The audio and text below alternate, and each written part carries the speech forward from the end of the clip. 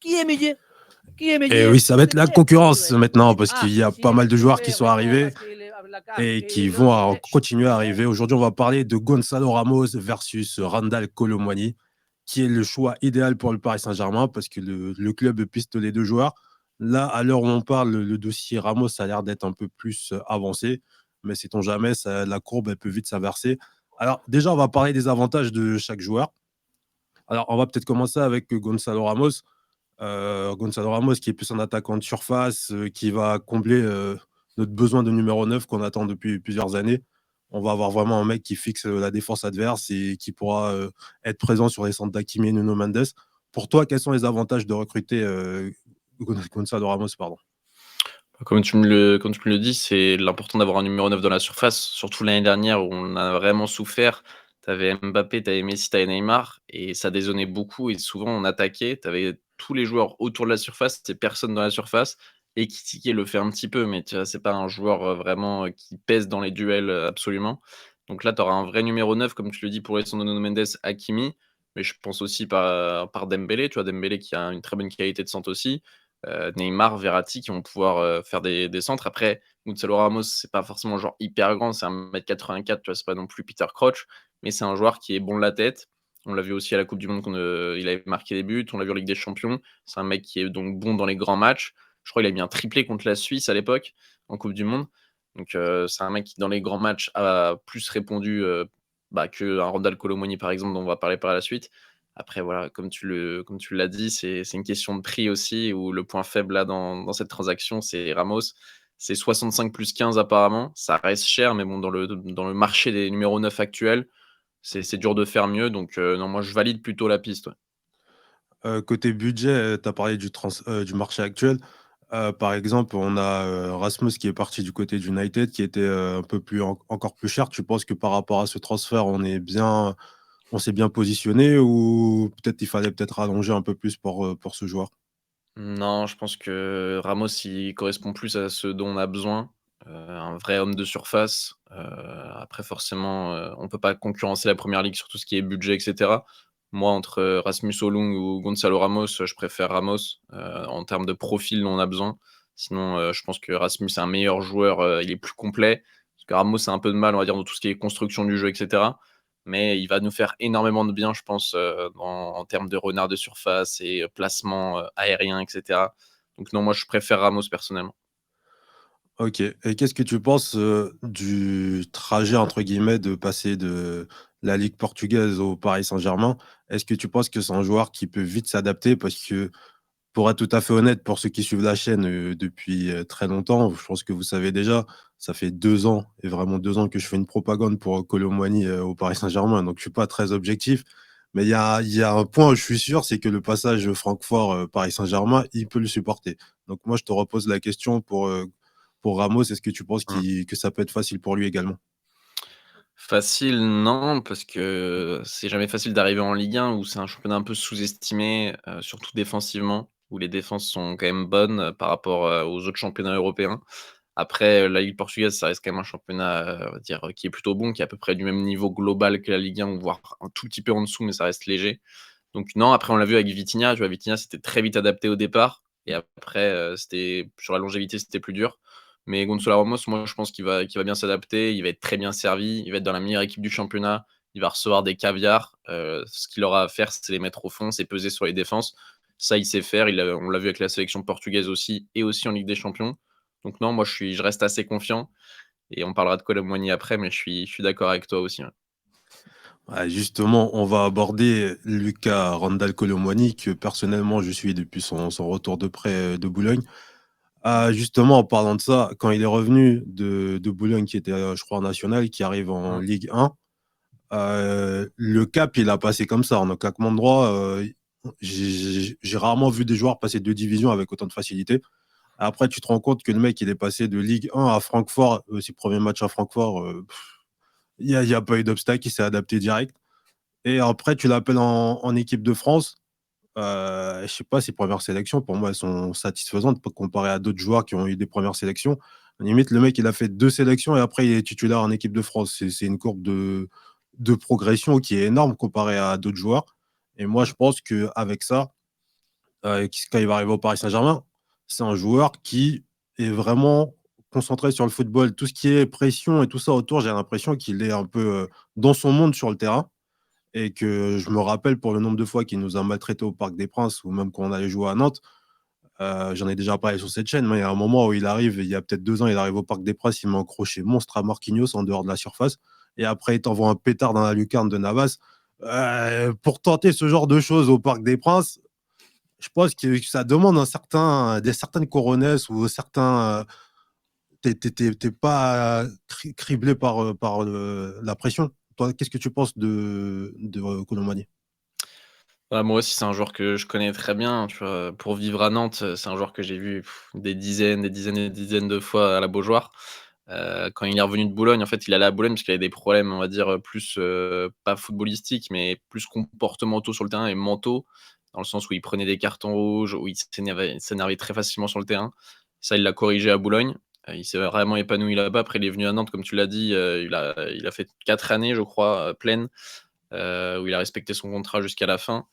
Et il a même refusé de signer au Stade Rennais, par exemple, tu vois? Comme Ludovic Blas l'a fait, par, respect, pour le blason du FC Nantes. Donc tu vois, ça a l'air d'être un mec respectable aussi. Et ouais, c'est un super joueur. Je sais qu'il fait pas forcément, l'unanimité, on va dire, sur les réseaux sociaux et cetera, mais toi comme moi, on le connaît bien et moi franchement, c'est un joueur, je pense, qui pourrait nous apporter énormément, encore plus en cas de départ d'Mbappé, je pense, où, il nous ferait encore plus de bien par son explosivité, sa complémentarité potentielle avec un numéro 9 comme Ramos, tu vois? Et c'est un joueur complet qui est bon de la tête aussi, ça on n'en parle pas assez souvent, mais Kolo Muani, il a un bon jeu de tête, c'est un truc qu'il a travaillé avec le temps parce qu'au départ quand il était à Nantes, au début, il était pas du tout bon de la tête, je me rappelle.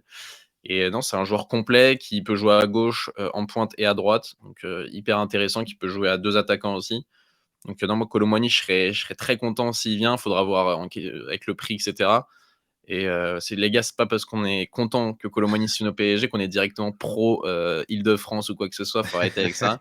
Kolo Muani, ça reste un bon joueur, c'est pas parce qu'il vient de la région parisienne qu'on va s'empêcher de le vouloir, parce qu'on veut pas être pro IDF. C'est ridicule. Donc non, moi je serais très content s'il vient. Et moi, si je peux rajouter une qualité à Colomani, c'est en cas de départ d'Mbappé, je ne vais pas dire qu'il est meilleur qu'Mbappé, mais dans le sens collectif de l'équipe, je pense que ce serait une plus-value dans le point de vue collectif, dans le sens où Randall, il aime autant marquer que passer, en fait. Et ça se voit sur toutes ses stats. Et même lui, il te le dit, moi, tant que je suis décisif, que je marque ou que je passe, bah, il est content. Ça va aller dans le sens du collectif, pas un mec qui aime tirer la couverture sur lui. Et aussi le fait qu'il peut jouer sur les 3 postes de l'attaque. Ça, c'est quelque chose qui est très utile au Paris Saint-Germain parce qu'on a toujours des joueurs à l'infirmerie, chose qu'on va peut-être pas éviter avec Neymar et Dembélé cette année. On sait jamais, on croise les doigts, mais il y a des chances que ça arrive. Donc, c'est un mec qui peut te dépanner à gauche, à droite, en numéro 9, parce que beaucoup de gens disent qu'il n'est pas numéro 9. Donc là, on va aborder les défauts des joueurs. Si je peux donner un défaut à Randall, des fois, c'est sa finition. Euh, il y a des fois où il va dribbler. D'ailleurs, c'est un joueur qui a le taux de dribble réussi qui est le plus élevé en Europe. Donc, en général, niveau dribble, c'est très, très bon. Mais des fois, après, dans la finition, ça va pêcher un petit peu, même si je trouve qu'il marque quand même pas mal de buts. Et Gonzalo Ramos, côté défaut, bah, il n'a pas les qualités que Randall a de polyvalence. C'est un neuf qui va jouer neuf. Toi, tu as quoi comme défaut pour ces deux joueurs? Par contre, sur Ramos, le défaut principal, tu vois, c'est à dire la créativité. C'est pas un neuf à la Benzema, à la Firmino ou quoi que ce soit. C'est pas un neuf qui va faire des différences par des décalages ou même à la Harry Kane. C'est pas ce genre de neuf-là, que moi personnellement j'aime bien, je vais pas te mentir. Qui vont dire des 9,5, des 10 qui vont créer des actions et aussi être à la fin de l'action, à la finition. Donc Ramos, on va dire, faut vraiment qu'il reste dans les 30 derniers mètres pour être, efficace, même si de temps en temps il va venir, toucher un peu le ballon, c'est normal. Et Kolo Muani, en termes de défaut, bah, c'est le fait qu'on va dire qu'il a moins de saisons pleines ou d'expérience, on va dire, que Ramos. Ramos, c'est déjà sa 3e, 4e saison où il est titulaire. Kolo Muani, tu vois, il était, en Ligue 1 au FC Nantes. Là, il a fait une saison, on va dire, au haut niveau à Francfort. J'estime quand même que 3 saisons au Benfica, c'est quand même mieux qu'une saison à Francfort, même s'il a découvert la Ligue des Champions. Donc je mettrais ça en point négatif pour Kolo Muani. Après, en termes footballistiques, Kolo Muani, c'est un joueur quand même complet, mais qui a moins de présence, on va dire, dans la surface qu'un Ramos. Mais tout simplement, si tu fais Ramos et que tu as Kolo Muani à côté, bah, tu pas besoin d'un Kolo Muani dans la surface, bah, pour peser sur la défense. Donc là, il sera totalement libéré. On aura un vrai Kolo Muani au PSG, je pense. Faudra voir s'il supporte la pression du club parce qu'on en a vu des très bons joueurs venir au PSG qui se sont écroulés. Mais ouais, je mettrais ça comme défaut. En tout cas, tu m'as compris. Moi, je serais très content si Kolo Muani vient. Bah, complètement, parce que là, on était dans le cadre que s'il fallait choisir entre un des deux, et je pense que c'est clair pour tous ceux qui nous regardent que peut-être que nous, on a plus tendance à choisir Randall, mais il y a aussi la possibilité, en cas de départ d'Mbappé, si on reçoit un chèque assez conséquent, qu'on prenne les deux. Et est-ce que tu penses que ces deux-là seraient complémentaires sur un terrain de foot et pourraient apporter plein de satisfaction au Paris Saint-Germain? Ouais, complètement. Comme je te le dis, pour moi, la complémentarité entre les 2 elle serait folle et un peu même si c'est pas Kolo Muani, même si c'est Mbappé, tu vois? C'est des joueurs avec un neuf comme Gonzalo Ramos qui vont être totalement libérés puisqu'ils vont pouvoir tourner autour, qui vont pouvoir, bah, prendre la profondeur, qui vont pouvoir jouer en 1-2, même Neymar, tu vois? Avec un Gonzalo Ramos.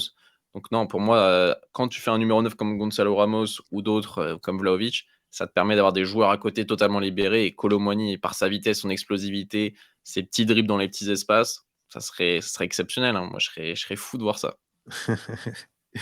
Et, si tu prenais ces deux joueurs-là, comment dire ça? Tu mettrais Neymar dans cette équation avec ces deux joueurs?